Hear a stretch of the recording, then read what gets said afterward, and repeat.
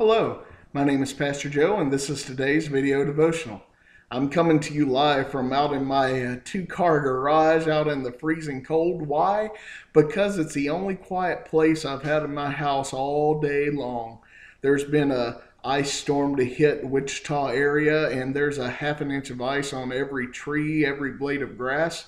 Everything that's parked outside, my truck, everything is covered with a half-inch layer of ice. And during the day, I've been home with JC all day, and we've been playing together. But the thing that's been happening all day is the power company has been, or the power's been going in and out all day long.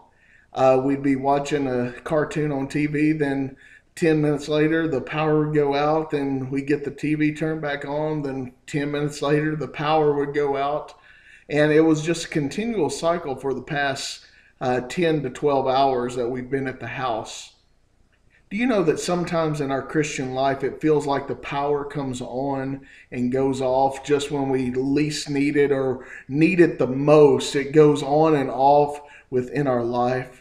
But do you know that God's presence and God's power is never turned off by Him, but it's only turned off by us because we sense that His presence isn't there, or we feel with our own personal feelings that somehow this thing is too hard or too difficult for us to go through.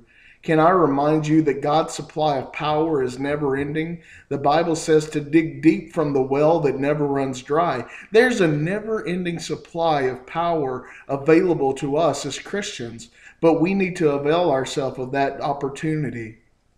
The power goes out when we fail to recognize that God is the source of our power. When we don't stay connected to the King of Kings and Lord of Lords, we become disconnected and the power in our life goes out. We have no power but what the power that God puts and places in our life.